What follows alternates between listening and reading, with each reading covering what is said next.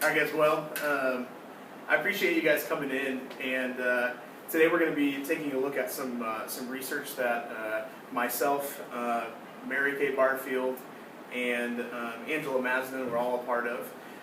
We were actually researching, actually looking at student schedules as a way to potentially increase performance in specifically reading, and specifically we're looking at 6th grade students. Again, we actually did this research at No Middle School, and I think it's really important to understand where the research was done. If you don't understand where the research was done, it may leave question as to what was the purpose behind the research, or what kind of drove the research to be conducted in the first place. So with that, just kind of a profile of the school. We'll take some time to kind of go through that. And No Middle School is actually located kind of in the greater downtown Louisville area. It's actually just outside of the University of Louisville. Actually shares grounds with two prominent schools here in Jefferson County Public Schools, and that's DuPont Manual High School, as well as the Youth Performing Arts School. We actually have 1,300, at least when we started this research, we had 1,320 students between grades 6 through 8. And we actually have 2 magnet programs here at No Middle School. We have a visual and performing arts magnet program, and we also have a gifted and talented program. So 51% of the students who attend the school are actually a part of our magnet programs. They're a part of our visual and performing arts program, or our gifted and talented program. Now 49% of those students actually attend the school for reasons outside of being a part of that magnet program. Those things can be that they live in the residential area of the school. It could be that they are enrolled in some of our ECE programs, Exceptional Childhood Education. They could be assigned to our English as Second Language, or ESL program, or they could have been assigned here because they could have been related to somebody else, or that goes to the school, or even that the district has reassigned them to the school. So No's resides area is a group of high poverty, the group is generally high poverty. 89% of the students who come from the resides area are actually free and reduced lunch. It's a high minority neighborhood, 93% African American. No's ECE programs are also diverse, and they include learning disabilities, as well as emotional and behavioral disabilities, and even functional mental disabilities. ECE students make up a total of about 9% of No Middle School. So No's ESL program serves many languages and cultures, but mainly the students that are part of our ESL program are Somali and Mai. Now, that's actually changing. We've kind of seen that through the course of our research. We're actually starting to see a more diverse ESL program. Now, ESL students make up about 5% of the school's population. And overall, student enrollment's actually grown by about 35% in the last 5 years at No Middle School, so it's definitely been growing. It's, I believe it's the second or third largest middle school actually in the district. But as we've actually increased percentage-wise, we really haven't seen a change in the demographics. They've stayed relatively the same over those last 5 years. So those genders demographic are about 59% female, it's about 41% male. No's racial demographics are about 41% African American, 48% white, and about 11% other. No's average daily attendance is about 95%, which is really close, right about to that state average.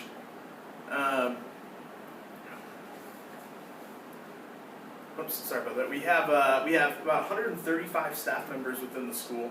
About 67 of those are highly qualified classroom teachers. We have 4 resource teachers, 2 counselors, 4 assistant principals, 1 principal, and about 57 staff members in other supportive roles in the school, whether they're instructional assistants, janitorial staff, working in the cafeteria, security guards, things of that nature.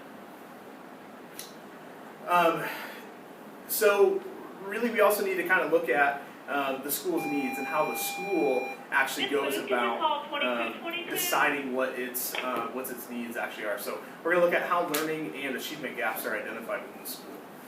So the following data sources are traditionally used within the school, and those are the Kentucky Performance Rating for Educational Progress, or KPREP, the district proficiency assessments, walkthrough data, non-cognitive data, so that would be things like motivation, grit, self-regulation, social skills, or other things like that that are maybe a little bit tougher to get in actual hard data.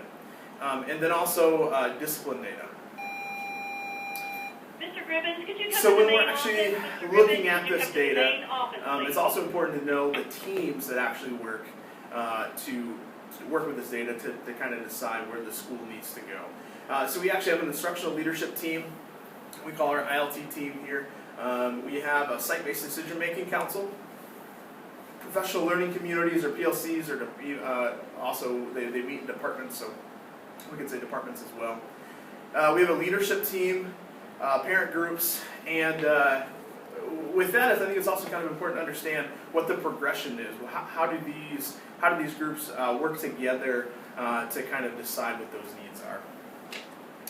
So here at Noe Middle School, the way that traditionally works is that if we kind of backtrack and we kind of look at this, we have we have our professional learning communities, leadership teams, and parent groups. We'll all kind of get together and decide what do they think are our priority areas. And they'll kind of define those priorities that they see.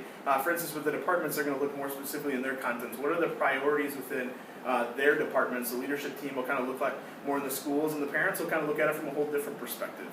What are the needs within the school? And they all report to the instructional leadership team, and there's individuals that are a part of each one of those groups who make up that instructional leadership team.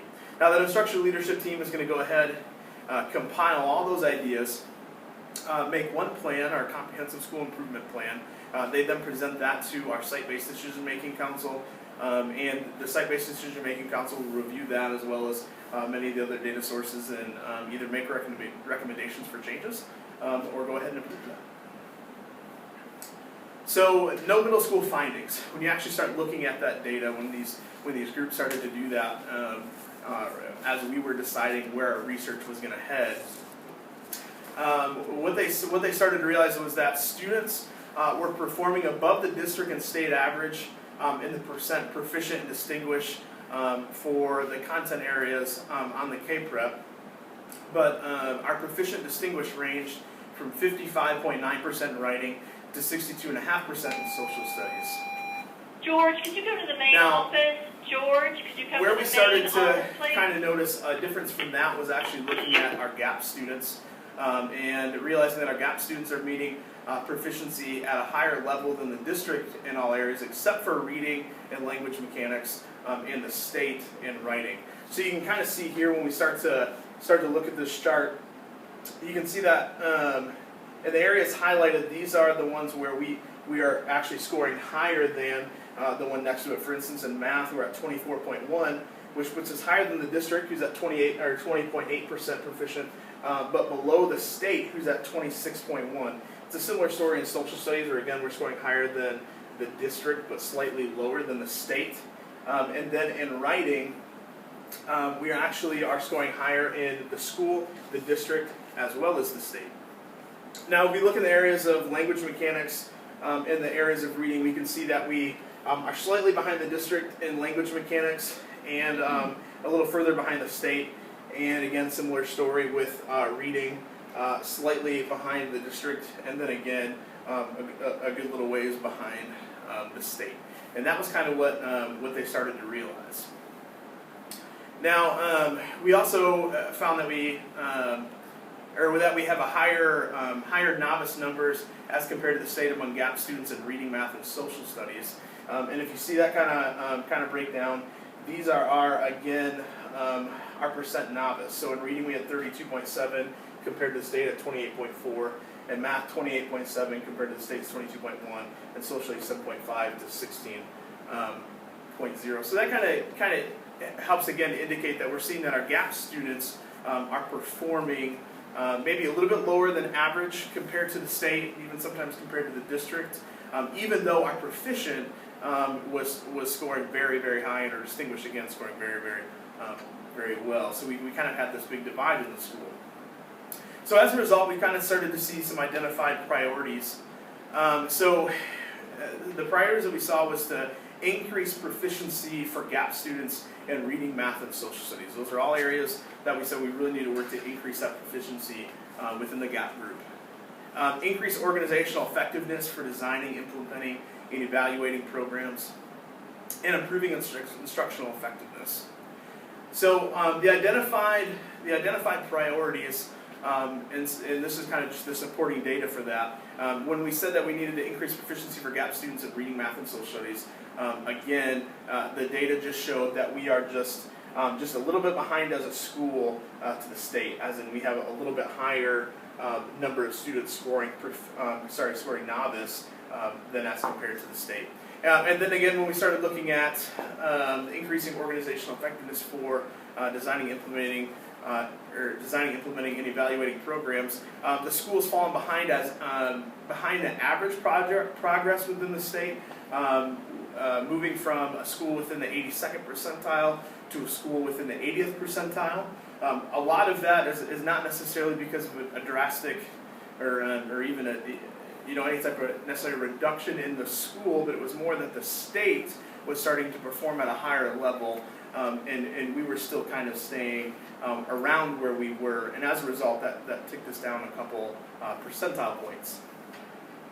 Now, when it came to improving instructional effectiveness, the school has seen an increase in novice for core subjects of math, reading, as well as a slow progression in many other content areas, and that was the reason that we identified that as a priority. And you can kind of see this is just kind of a good color-coded reference, because for this one you really are looking at kind of the grander scheme of things. And so you can kind of see that in any of these ones that are marked red are ones that we've seen any sort of decrease. It could be a slight decrease, it could be a big decrease, but any decrease is highlighted in red.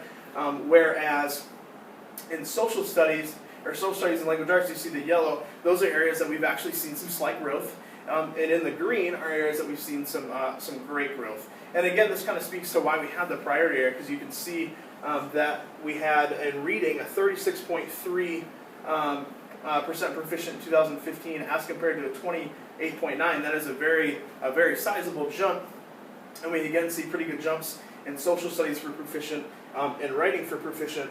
But again, it's just that some of those students who are already scoring novice or apprentice, we're finding more of them kind of falling back into that novice group. So at this point, we felt like we had gathered enough data that we could start to consider what can we do to make a difference to help make that positive change. And as a result, what could we begin to research? And so at that point, we came up with this question. Will increasing low-performing readers' time in reading and language arts classrooms increase their reading level and performance in other content classrooms? So that was kind of the focus that we took. So at this point, we had to start kind of looking at, well, what research had already been completed. And so as we began to kind of to research our literature here, we started to notice that despite there being a lot of research in a lot of areas that maybe had to do with schedules, there was very little research that had been conducted about how actual scheduling, or the increasing of time or decreasing in time in different areas, could actually affect classroom performance. So at this point, we started looking. We looked at block scheduling first. That was an area that had been highly looked at, and in block scheduling, there definitely seemed to be an increase in performance if the duration within one class period was increased. So with the block scheduling, where that time is increased per class, they did see a pretty big jump. And space presentations was another one, and so in kind of in some areas you can almost look at it as contradictory towards the block scheduling, where they say increase the time. In space presentations, and we're looking at having gaps between the instruction of something, rather than covering multiple ideas in a class period. Cover one idea, move on into something else, and then come back to a similar idea or a building idea. But again, they saw gains with that. Enrichment classes were a big one, so taking the opportunity to have any type of class that would further the information already being learned in content classrooms, as well as intervention classes. So classes specifically developed to help students who had fallen behind in particular areas and helping them to catch up. There had been significant growth as a result of that. Response to intervention had been another big one as far as like scheduling, as far as bringing individuals into the classroom to help students who are already struggling to be more successful in those classrooms, and there had been gains seen through that. And one of the biggest ones that we saw was early intervention in education, or the idea of catching students but before they get too far behind. There's also a big idea behind evidence-based instruction and how that had showed to show growth within the classroom for students. And then the last one was computer-based reading. This was actually in the United Kingdom. They had focused on using computer-based software, computer-based programs to help students to increase their performance, and that was something that was also successful. So at this point we started to look at how can we go ahead and collect data that is going to help us to decide, is our adjusted schedules going to make a difference? So we decided that we had a couple different areas that we could look at, some data sources, because again we're looking at how can scheduling make a difference in all content classrooms, specifically focusing on increasing time in reading. And so we looked at the Scholastic Reading Assessment, or the SRI, and there was an August test and a December test that we would be kind of using as our beginning and end assessments. Then we also looked at proficiency assessments. Proficiency assessments are common assessments within the district. Every school within the district for a particular grade will have proficiency assessments specifically for us in math, reading, science, and social studies. And we were able to utilize Proficiency 1 and Proficiency 2 that correlated with our SRI test of December and August. And then also just the grading period grades for periods 1, 2, and 3, and specifically in math, English, science, social studies, and reading. Those are all areas that we were going to gather data and hopefully be able to find some correlation to whether or not adjusting schedules would make a difference. So at this point, it's important to understand how we use that data. How did we take the data that we gathered in those different areas and use them to be able to correlate findings. But before you do that, we have to understand that the way that we went about collecting this data was actually creating two different schedules. We decided to focus on 6th grade as a result of the literature that pointed to early intervention. That was the earliest grade within our school. And Group 1, their schedule in previous years had actually been to be moved out of regular education language arts classrooms and into more specific reading intervention classrooms. So we completely flipped the schedule on that, and we moved to those students being in 90 minutes of regular language arts classes. Really, it's 3 times a week plus one 70-minute class once a week. 60 minutes of reading and related arts classes 5 times a week, and then also intervention as needed. And actually these slides were flipped, so I apologize. So if we actually look at this, Group 1 also has the additional 40 minutes intervention reading class 3 times a week. So this is actually Group 1's schedule. Now Group 2 schedule is pretty much the same thing. And if you look at it, the only difference between Group 1 and Group 2 is Group 1 actually, so you can kind of ignore that, Group 1 actually has this 40-minute intervention, so an increased amount of time, whereas Group 2 did not have that. Okay. So when we started looking at the proficiency assessments, we're trying to decide how can we actually tabulate those proficiency assessments so that way we can actually get some sort of gauge on that. So what we did is the scores for each proficiency assessment were taken for every class or each group. Scores were placed in a different bar graph for each content area. And then each graph there was one bar representing the number of students who scored novice, apprentice, proficient, and distinguished for each assessment. And you guys will be able to see that exact chart here in a minute. For the SRI test, scores were gathered by student for SRI Test 1 and Test 2. An average for each test was found and actually charted in a bar graph where it showed Group 1 and 2 directly next to each other. And then scores for Test 1 and Test 2 were also sorted from highest to lowest for Group 1 as well as for Group 2. And then separate charts were created for Group 1 and Group 2 where the scores from highest to lowest were put on a linear chart so you could actually see the progress, which again you'll see here in just a minute. Lastly, for grading period grades, each student's grades were collected for the first, second, and third grading periods. Each grading period grade was then averaged for every class or every content area and then placed on a graph with all 5 content areas listed, and a bar was created to represent the average grade in each one of those content classes. So when we started to look at the results here of increasing time in language arts, we found some kind of interesting correlation. When you look at Group 1's Lexile score, so again remember that this is the group that has a greater amount of time devoted to reading and language arts-based classes. They have that extra 40 minutes a week, or 40 minutes 3 times a week.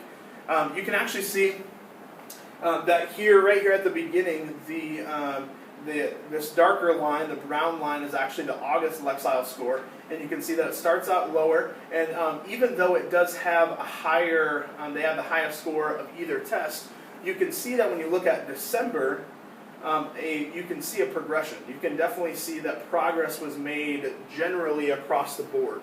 And again, you'll see that when we look at our bar graph too. Now for Group 2, we didn't necessarily see that correlation. Their SRI scores, when you look at their overlay, again, this is all the scores tabulated, put highest to lowest, plotted on a linear chart. You see that they kind of mirror each other. And yeah, even though the lowest score was definitely still in August, with the highest score being in December, and that we can see little pockets of average growth, and they also have the highest point. When we look at them side by side, and this is really where you get the big picture, you can see that the average growth, so this is the average growth per student, is dramatically higher for the group that had the extra 40 minutes 3 times a week compared to the one that did not. And so this is the first time that we actually saw that kind of potential increase in language arts actually having a positive effect in increasing student learning.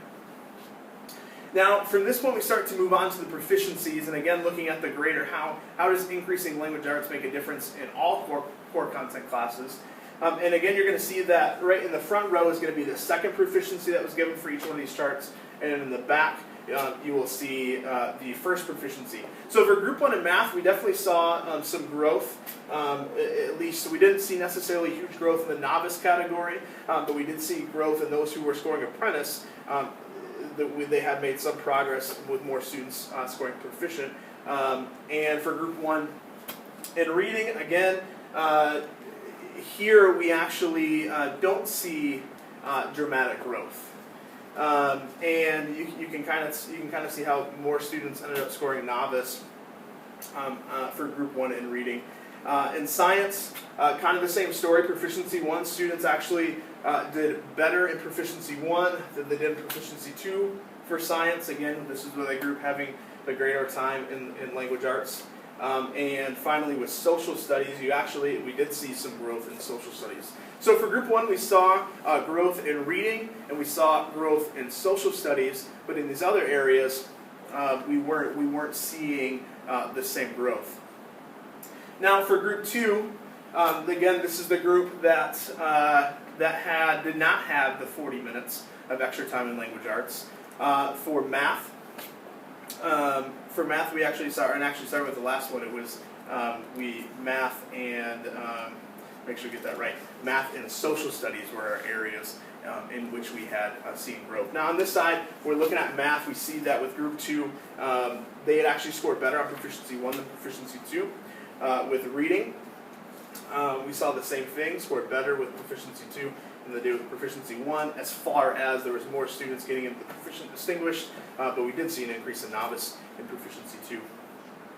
And then we looked at Group 2 Science. You can see some growth for Proficiency 2. we're seeing a greater number of students in apprentice and proficient, and a decrease in the number of students scoring in the novice category. And then with social studies, we saw pretty similar from proficiency 1 to proficiency 2. Now that moves us on to our last one, and that was grades. And when we looked at grades, just remember that we took the average score for each grading period in each content area per group. So for group 1, for instance, math, each one of these bars represents the darkest one being grading period 1, the blue one in the center being grading period 2, and the last one being grading period 3. Those are the average scores for each grading period for that group in that content area. And when you kind of see, you can kind of see it's a bit like a roller coaster. They're kind of up and down. We don't see any general growth in any of the content areas for group number 1. And when we got to group number 2, it was kind of a similar story. We didn't see any general increase in their grade per grading period in any of those areas. So that kind of moves us to our actions and next steps. What does this data tell us moving forward? For the actions and next steps, it said further research needed. It needs to be conducted on more finite aspects of the student growth. And that is to say that we can definitely see an increase in students' reading performance, and we saw maybe slight correlations between increase in some of the content areas, but overall, we didn't necessarily see that extreme growth. Now, we think that research should specifically be done to ensure that the difference in softwares between being utilized is not the reason for the varied performance. Now, that is to say that Group 1 and Group 2 were actually using two different software programs in their related arts classes to help them to increase their performance in reading. So we just think that further performance needs to be done to make sure that it wasn't the increase in time spent in those areas of reading, saying that it wasn't the software that made the difference instead of the increased time. And then lastly, the other way to increase, or other ways to increase GAP students' performance in all academic areas should also be considered, because again, we saw that this increased their performance in reading, but we didn't see that general increase in their proficiency assessments nor their grades. So it's important when we're looking at this, at these different research projects, to understand how that research may have connected to the ISLIC and TSSA standards, which are the national and state level standards for each one of, for principals. So when we're looking at this for ISLIC Standard 2, an educational leader promotes the success of every student by advocating, nurturing, and sustaining a school culture and instructional program conducive to student learning and staff professional growth. So when we're looking at that, you look specifically at the creating an instructional program specifically designed to meet the needs of the students. I think it's pretty clear that in this research that was the full intention, is how can we meet the needs of this group of students who might be falling behind. And then next year, the connection would be the ISLIC Standard 5. An educational leader promotes the success of every student by acting with integrity, fairness, and in an ethical manner. So in selecting this research topic, it seemed pretty clear that the researchers worked thoroughly to understand the school and its diverse student groups, working to identify any group whose academic and social success was not being properly cared for, maybe just needed some improvement, and created a system to track and ensure the accountability for their growth. And then lastly, with TSSA Standard 5, assessments and evaluation, educational leaders use technology to plan and implement comprehensive systems of effective assessment and evaluation. And in this, it just seemed abundantly clear that much technology was used in both the planning and implementing and tracking of the data for these individuals to ensure that we were finding some correlations. Now, in conclusion, we found that research points to the idea that reading is key to the success of all learning. That seemed to be a big thing. When we were actually looking in the literature, most of this literature pointed to reading being a focus in growth. Also, that students schedule was or is an underexplored tactic in increasing student reading ability. And then finally, that increasing of student time spent in reading and language arts has a positive effect on students' reading, especially those who have fallen behind. Now here's just our references, and I will happily send those out so you guys can see them, and I appreciate you guys coming out today.